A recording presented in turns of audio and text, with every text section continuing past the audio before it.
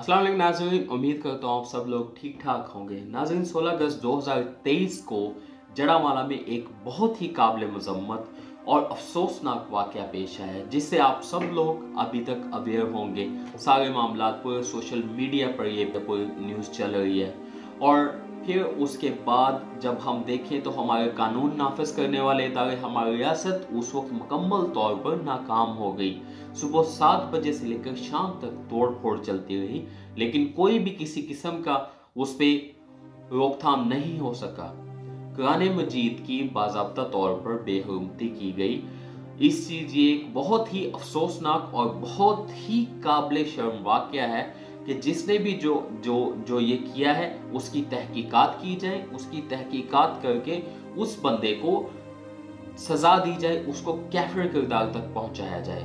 लेकिन इसके साथ साथ जब हम रिएक्शन देखते हैं तो तकरीबन कोई 21 से ज़ायद चर्चेज़ को नज़र आतिश किया जाता है, अमलाक को नुकसान पहुंचाया जाता है। फिर उसके बाद घरों को जो नुकसान पहुंचाया गया है, 60 से ज़ायद घरों को नुकसान पहुंचा दिया गया। लोग जंगलों में, लोग वहां खेतों में रात गुजारने पे मजबूर हो गए।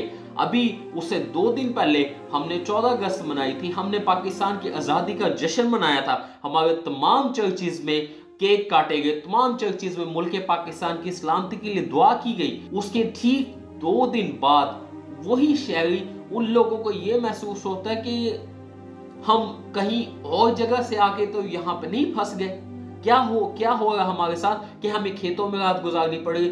आप उनकी दिमागी हालत का उस वक्त का अंदाजा लगाएं कि उनकी दिमागी हालत उस वक्त कैसी होगी कि वो रात में अपनी माओ बहनों की इज्जतों को बचाने के लिए, अपने बच्चों को बचाने के लिए खेतों में उनको पनाह लेनी पड़ी। ये कोई वाहिद वाकया नहीं है जो 16 अगस्त को हुआ है। मैं आपको एक छोटा सा ओवरव्यू देता हूँ। 1997 Shanti Nagar, 2009 Gojra, Rimsha Masih 2012, Joseph colony 2013, Sawan Masih 2013, Sharma and Shahzad 2014। उन दोनों को, उस जोड़े को जिंदा जला दिया गया। मिशाल खान केस 2017, फराज परवेज 2021, प्रियंथा कुमार 2021, जड़ावाला 2023। ये सिर्फ चीदा मैंने गिनवाए हैं। अगर पूरी डिटेल आपको बताने के लिए बैठ जाऊं तो ये वीडियो बहुत लंबी हो जाए, इतने सारे केसेस है यहाँ पे। मैं एक वीडियो देख रहा था, एक भाई की वीडियो देख रहा था, और फिर कुछ लोग ये भी कह रहे हैं कि ये जो क्रिश्चियन लोग हैं ये अपनी PR हासिल करने के लिए, दूसरे मुल्कों में जाने के लिए ऐसे मामला करते हैं, हमको ड्राइव करते हैं, हमको हमारे जज्बात को मजबूर करके ये बाहर जाने की कोशिश करते हैं। भाई आप मुझे एक बात का जवाब दें। ये जो शमा एंड शहजाद थे, ये बाहर जाने के लिए इन लोगों का मामला था। ये मिशाल खान, इसने बाहर जाना था, प्रियंथा कुमार इसने बाहर जाना था, किसने बाहर जाना था? आप ये जस्टिफिकेशंस दे रहे हैं। मतलब हमने उस जाहलियत को, उस जो लैकिंग है हमारे सिस्टम में, एजुकेशन की लैकिंग है, जो हमारे मुल्क में जहालत पनप रही है, उसको डिफेंड करने के लिए हम दूसरे लोगों को, हम उन लोगों को ये कहते हैं कि इन लोगों का प्री प्लान है। कुरान मजीद एक इल्हामी किताब है, हम उसकी बहुत इज्जत करते हैं, और कोई भी मजहब इस बात की इजाजत नहीं देता कि किसी की भी मजहबी इक़दार को मजरूर किया जाए, किसी को भी मजहबी तौर पर दुख दिया जाए या फिर उनकी दिल आज़ारी की जाए। जिसने भी ये वाकया किया है, जिसने भी ये किया है, उसको काफिर किरदार तक पहुंचाया जाए। लेकिन इसके साथ साथ जो घर जले हैं, जो चर्चेज जले हैं, जो बाइबल जली हैं, जो सलीब को नुकसान पहुंचाया गया, कब्रिस्तान तोड़े गए हैं, उसका जिम्मेदार कौन है? वो जो 2 भाई थे उनके ऊपर 295C के मुकदमात लग गए हैं। वेरी गुड, अच्छी बात है, होना चाहिए। 295C के मुकदमात लगे हैं, उनकी तहकीक होनी चाहिए और उस पे केस चलना चाहिए और उनको सजा मिलनी चाहिए। लेकिन अभी ये जो इन लोगों ने बाइबल को जलाया है, चर्चेस को जलाया है, इनके ऊपर कौन से मुकदमात लगेंगे? Definitely 295C। क्योंकि बात यह है कि देखें, इल्हामी किताब जितनी भी हैं, अंबिया किराम जितने भी हैं, उनकी तौहीन जो है उसके अगेंस्ट 295C का केस है। अगर 295C उधर लगेगी तो 295C इधर भी लगनी चाहिए। हमें पता चलना चाहिए कि वाकई ही इंसाफ हुआ है। मैं इस चीज़ का बहुत शुक्रगुजार हूँ। इस चीज़ की बड़ी खुशी हुई है कि मुसलमान उलमाए दीन जो हैं उन्होंने जंप इन किया, उन्होंने कंडेम किया इन सारे मामलात को, हर चीज़ को, वो हर लिहाज से क्रिश्चियंस के साथ खड़े हुए हैं। और उसके बाद जड़ांवाला में जो वाक़या हुआ है, जहाँ पे वाक़या हुआ है, उन क्रिश्चियन लोगों के नेबर्स जो हैं मुस्लिम फैमिली से जो बिलोंग करते हैं, वो मसीही लोगों को मतलब उनकी मदद कर रहे हैं, उनको अपने घरों में पना दे रहे हैं, उनको नाश्ते करवा रहे हैं, उनके लिए खाना लेकर आ रहे हैं। I really appreciate that. मुझे बहुत अच्छा लगा ये इंसानियत का बता रही है और सब चीज़। लेकिन बात ये है कि ये जो अनासर आते हैं पूरे मुल्क का अमन व अमान ख़राब करते हैं और माइनॉरिटीज़ को ये सोचने पर मजबूर कर देते हैं कि हम कहीं और से यहाँ पे घुसे हुए हैं, हम गलती से किसी और मुल्क में आके घुस गए हैं। नहीं, मैं आपको बताता हूँ कि हमारे आबाओ अजदाद यहाँ पे पाकिस्तान में थे। हम महाजिर नहीं हैं, हम कहीं से हिजरत करके नहीं आए हैं। मेरी अम्मी 1947 में पैदा हुई थी और वो पाकिस्तान में पैदा हुई थी। तो इसका मतलब ये है कि हमारे जितनी भी एंसेस्टर्स हैं वो यहाँ से पाकिस्तान से बिलोंग करते हैं।